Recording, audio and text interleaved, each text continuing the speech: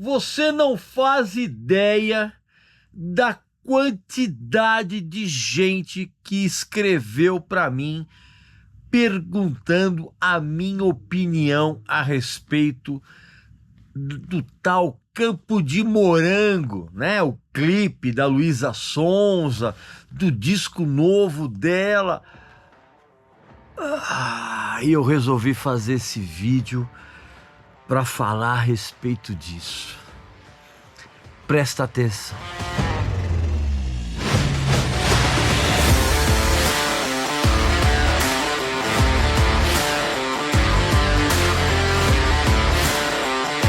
Meu amigo e minha amiga, nos últimos dias, mais uma vez, eu fui abarrotado de pedidos para que eu falasse a respeito da Luísa Sonza, do clipe lá, o tal de Campo de Morango, do disco novo que ela acabou de lançar.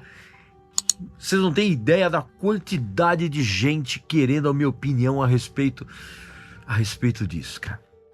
E é exatamente esse o tema deste vídeo. Eu confesso que muitas vezes eu me pego ouvindo determinadas canções apenas pela curiosidade típica que habita a alma do tio aqui. Principalmente aquelas que vêm de pseudo-artistas. Quase sempre eu tenho a certeza que eu não vou gostar. E eu já entro na música com aquela sensação de cumprir uma espécie de obrigação contratual, sem me preocupar em entregar algum tipo de pensamento, algum tipo de opinião a você aqui no vídeo. Muitas vezes eu me vejo positivamente surpreendido. Por exemplo, quando eu ouvi uma canção espetacular chamada Shut Up and Drive, da pavorosa Rihanna, né? Rihanna. Ou quando eu vi a sensacional Without Me, do Eminem. As canções incríveis. Só que na maioria das vezes, cara, a minha opinião a respeito do trabalho de alguém não muda. Inclusive, há casos em que a minha opinião muda, e muda para muito pior, que é exatamente o caso da Luísa Sonza, que seguramente é uma das piores pseudo-artistas surgidas no Brasil desde os tempos em que o Pedro Álvares Cabral ainda nem tinha saído do Porto de Lisboa, cara, para atravessar o Oceano Atlântico e vir aqui parar nas praias de uma terra desconhecida que depois passou a se chamar Brasil. Desde o momento em que essa moça surgiu na mídia apenas como a namorada de um dos pseudo-humoristas mais sem graça de todos os tempos, né? O tal de Whindersson Nunes. Desde aquela época, cara, essa moça vem soltando músicas simplesmente pavorosas e horríveis, cara, no sentido mais amplo que essas duas palavras podem ter. Quando começaram a pulular aí na internet, cara, muitas notícias, né, noticinhas a respeito do lançamento de uma das novas músicas dessa moça, junto com um videoclipe polêmico, imediatamente eu passei a receber, fora de brincadeira, cara, uma quantidade inacreditável de pedidos nas minhas redes sociais, cara, e até mesmo comentários nos vídeos anteriores aqui do meu canal aqui no YouTube, para que eu comentasse a respeito tanto da música quanto do videoclipe. Foi então que a minha curiosidade jornalística me levou a conferir a tal música e clipe Campo de Morango, que fora de brincadeira, cara, eu cheguei até a pensar, antes mesmo de ouvir a música e de assistir a canção, que se tratava de alguma citação indevida, obviamente, à famosíssima canção dos Beatles, Strawberry Fields Forever. Afinal de contas, é impossível colocar o nome dessa moça e o nome dos Beatles sequer em um mesmo parágrafo. Quanto mais numa frase ou até mesmo em alguma conexão musical. Deixa eu tomar um negócio aqui para molhar a garganta. Quando finalmente eu ouvi a música e assisti ao clipe, né?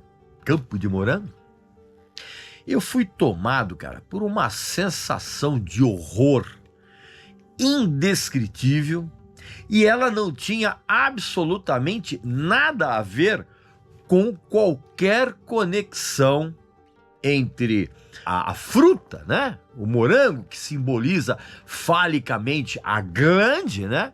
E o vermelho sanguinolento do clipe. Nada disso, nada a ver mesmo. Afinal de contas, cara, ver sangue em videoclipe em nada difere daquilo que nós vemos, cara, e nós aceitamos normalmente quando nós assistimos a um filme ou uma peça de teatro. Nada a ver. O meu horror foi puramente musical e coreográfico. Eu fiquei absolutamente incrédulo quando eu vi essa porcaria, e mais ainda quando eu li, cara, que essa porcaria musical era parte de um álbum conceitual. Cara, acredite se quiser, batizado como Escândalo Íntimo. E esse disco foi lançado dias atrás. Eu vou falar desse disco daqui a pouco. Não há nenhum problema em você falar de sexo numa música, desde que haja uma mínima conotação poética, mínima que seja.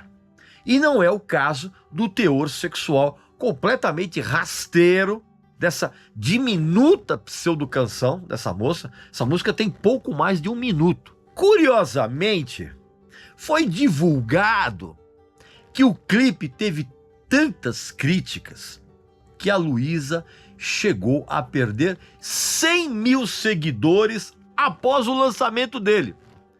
Duvido!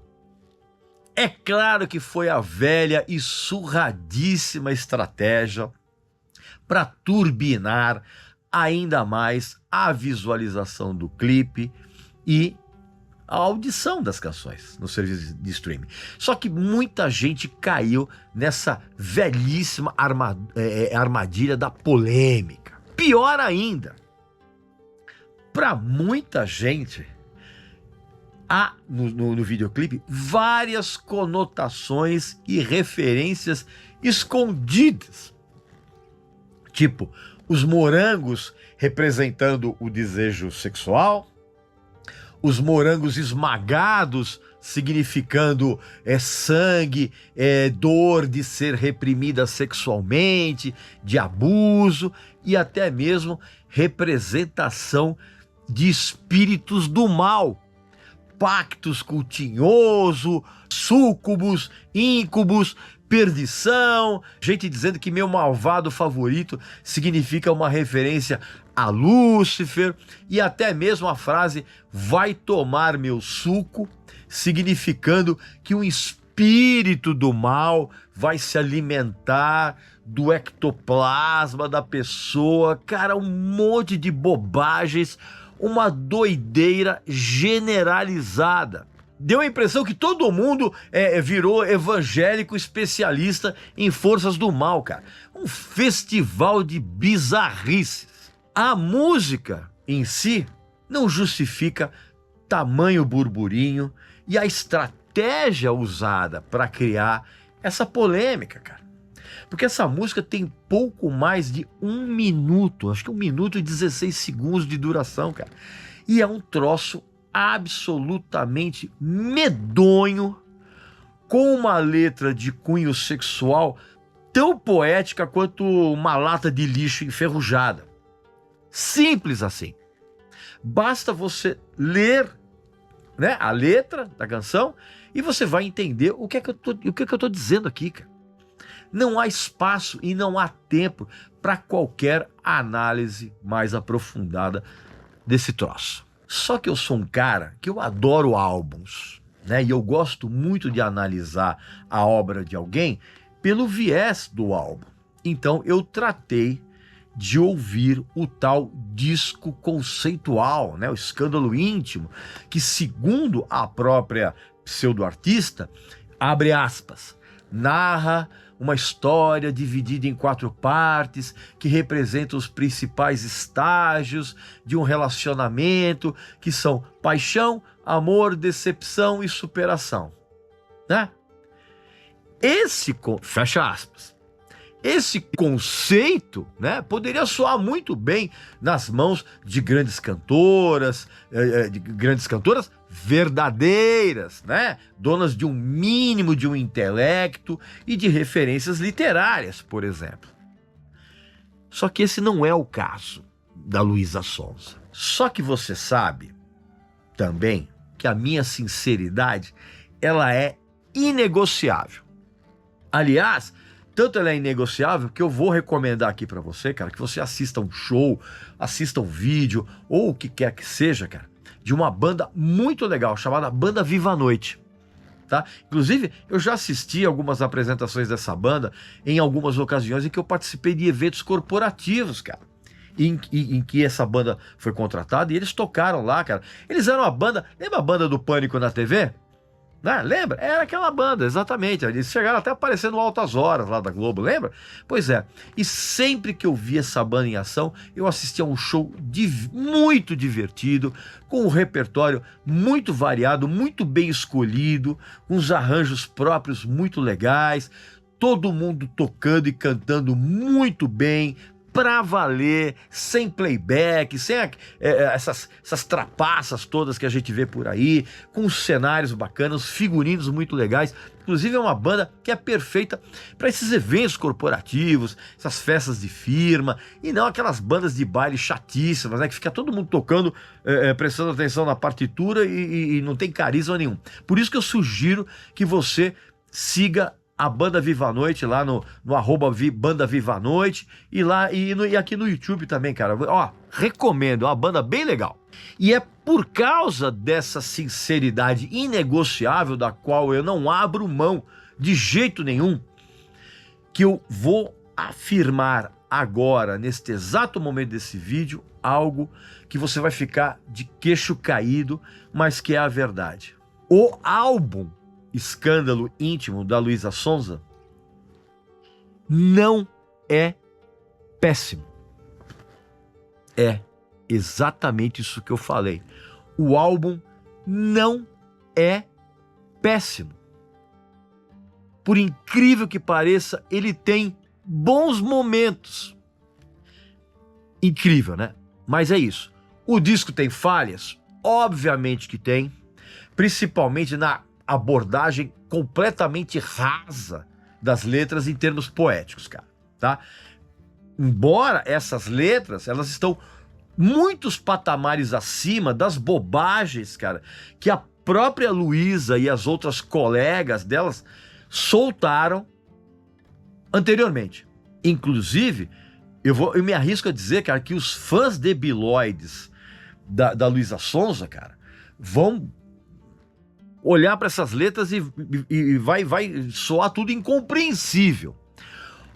Outro problema que esse disco tem, cara, os vocais excessivamente sussurrantes, cara, e colocados nas horas erradas dentro das canções. Só que, dentro dos padrões atuais emburrecedores do pop brasileiro, a Luísa Sonza fez o certo. Ela tratou de se afastar daquele pântano da ditadura do pop medíocre emburrecedor, cara, dos dias de hoje, e ela se aproximou, cara, de uma influência da Demi Lovato. Pois é. Ao contrário de tudo que a Luísa Sonza fez anteriormente, nesse álbum ela começou a caminhar por uma estradinha que pode levá-la longe da estupidez musical que se resume hoje a dancinhas ridículas, né? As rimas estúpidas e letras que só falam de bunda, raba, quicar e sentar, né? Tudo sem ultrapassar a duração de 2 minutos, que é para agradar os fãs debilóides do TikTok. Eu sei que você está incrédulo com o que eu estou falando aqui. Eu sei disso. Eu mesmo me senti incrédulo quando eu estava ouvindo o disco. E eu vou explicar tudo para você, em detalhes, em pormenores. Antes de tudo, você tem que esquecer completamente o blá blá blá pseudo-filosófico que você vai ler por aí, né, a respeito desse disco, em notinhas, né, previamente escritas pela assessoria da Luísa Sonza, e que essas notinhas vão ser repetidas, o pessoal vai dar Ctrl+C, Ctrl+V em toda a imprensa, em todos os lugares da imprensa, aliás, a imprensa não digital, dos grandes portais, e tudo isso vai ser repetido exatamente, cara, por uma imprensa que, como eu sempre falo, é cada vez mais preguiçosa e obediente às assessorias dos artistas, né?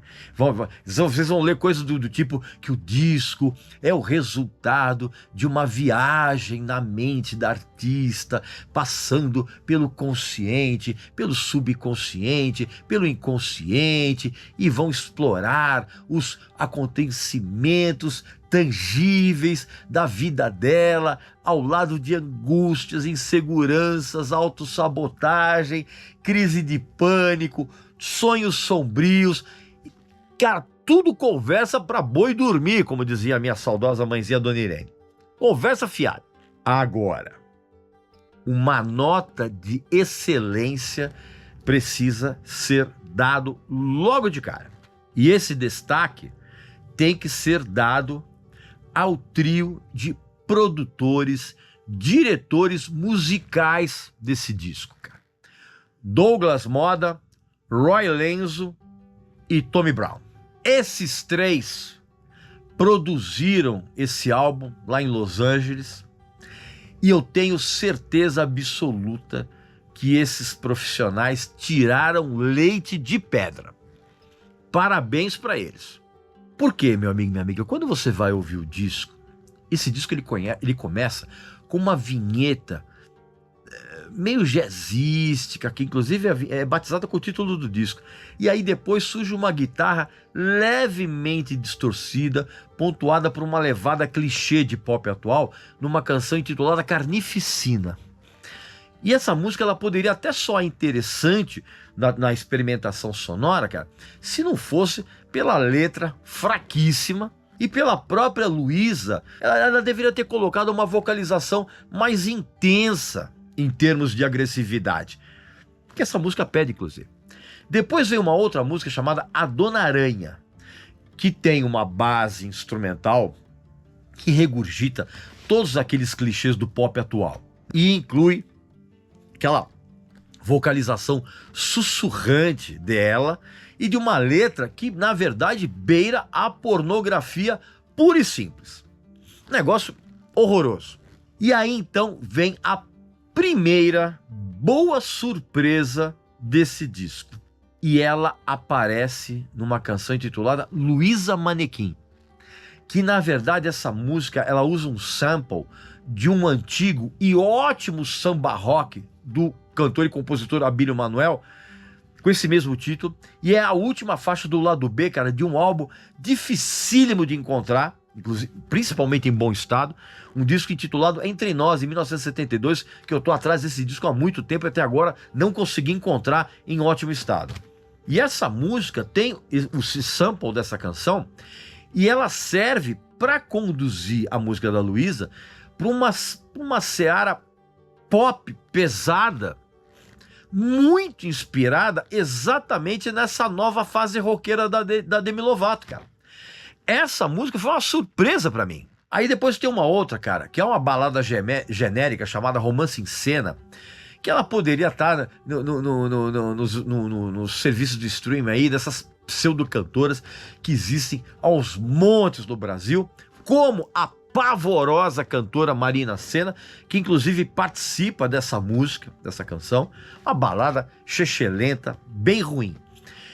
Aí vem a tal da Campo de Morango, que inclusive a Luísa Sonza, ela conseguiu irritar todo mundo e ao mesmo tempo ela instalou a curiosidade na cabeça de todo mundo para que todo mundo ouvisse o álbum. E essa tática deu certo. Então, depois da tal de Campo de Morango, coisa horrorosa, vem uma canção intitulada Surreal, que é uma balada que, cara, é incrível isso, mas ela tem uma pitada de blues, porque ela é conduzida por uma guitarra muito bem timbrada para aquilo que a canção pede. Pra você ter uma ideia, até mesmo a participação do terrível Baco Exu do Blues funciona surpreendentemente bem nessa música. Até mesmo a voz ultra processada, cheia de efeitos da Luísa Sonza, não atrapalha o clima dessa canção. Aí tem uma outra canção que tem uma boa sonoridade instrumental chamada Iguana. Só que tudo isso acaba prejudicado pelo excesso da interpretação da Luísa, muito ofegante. Inclusive, atrapalha até a percepção do quanto a produção acertou nessa música, em termos de instrumentais, em termos de timbres. Se você prestar atenção nessa música sem preconceito, você vai perceber que o trio lá de produtores, os caras acertaram a mão nessa música, cara. Inclusive, tem uma base rítmica que tem um solinho de guitarra muito sutil, muito bem colocado. Uma outra boa surpresa desse disco é uma faixa intitulada Chico, que é uma faixa totalmente bossa nova, meio samba, com a Luísa cantando bem, com uma vocalização sutil, bem colocada, para exatamente aquilo que a canção pede dentro do arranjo. Só que aí depois, cara, vem uma outra porcaria intitulada Onde é que deu errado? Que tem uma sanfona ali soando de uma maneira meio sofrida, cara. Não, essa música é uma balada brega eletrônica que deixa a sensação de que a tal da Juliette foi uma influência bem ruim para essa música. E a interpretação à la Joelma que a Luísa colocou nessa música também não ajuda, né? Aí, na sequência, vem Penhasco 2, com a participação da própria Demi Lovato, cantando em português perfeito, né? Aliás, ela é muito ligada aqui no Brasil, ela é fã do jiu-jitsu, aquela coisa toda. Só que essa música, cara, é uma balada chatíssima, cara, exatamente pelo excesso de chororô gritalhão, cara, que aliás é uma praga que atinge 95,6% do pop americano atual. Só que tem, na sequência, uma outra balada, intitulada Outra Vez, que tem uma base eletrônica instrumental bem interessante, cara, com os timbres bem escolhidos, e essa música, ela recebe uma vocalização por parte da Luísa, cara, uma vocalização correta. Aí depois tem um tal de interlúdio, Dão Errado, que é mais longo do que um simples interlúdio, e traz um sample meio distorcido da autora desse interlúdio aí, que é a Vanessa da Mata. E esse interlúdio ele antecede uma canção chamada Principalmente Me Sinto Arrasada, que traz um arranjo surpreendente e bem elaborado para o disco todo, cara. Por quê, cara? Porque essa música, ela tem variações de dinâmicas e tem redirecionamentos dentro da própria música. Depois tem uma outra, chamada Ana Maria, que tem a participação, inclusive, da Duda Beat, que é uma canção pop eletrônica que não faz feio, principalmente porque ela aposta numa simplicidade rítmica e até mesmo na harmonia da canção, cara. E as duas vozes, né, as vozes da Luísa e da Duda Beat funcionam bem, cara, entre elas. E aí aparece outra boa surpresa desse disco, cara, que é uma canção intitulada Lança Menina, que faz uma citação a Lança Perfume, da Rita Lee, claro, no refrão. E essa música, cara, é uma canção pop roqueira explicitamente influenciada por essa fase roqueira da Demi Lovato. E outra coisa, a Rita Lee, cara, ela reaparece num sample no final da música que resgata uma crítica que ela fez, cara, a Sandy. A tal menininha boazinha é a Sandy. Presta atenção que você vai sacar isso. E aí, meu amigo e minha amiga, o disco da Luísa Sonza termina com uma canção chamada Não Sou Demais. E essa música é um resumo do que o repertório inteiro do disco. Aliás, repertório inteiro que no serviço de streaming tem 18 músicas. E eu já fiquei sabendo que tem 6 músicas a mais que vão ser lançadas posteriormente. Então todo esse disco, ele soa como uma amálgama que tenta emular sensações conflitantes, e muitas vezes a Luísa se perde nessa tentativa, principalmente quando as harmonias fazem a gente sofrer um certo tédio pela previsibilidade dela. E isso evidentemente que torna o disco um campo minado para muitos clichês musicais. Então o disco todo, ele é um mergulho, ainda que muito raso, num oceano de criação artística que, no caso da Luísa Sonza, é um avanço já considerável, ainda que as letras não tenham qualquer profundidade poética. Só que é realmente um avanço, e isso é algo positivo quando a gente vai analisar o trabalho da Luísa Sonza. Porque ela entrou numa montanha russa artística agora, e eu, sinceramente, eu torço para que ela saiba exatamente o momento em que ela tem que descer dessa montanha russa e apresentar um trabalho realmente decente.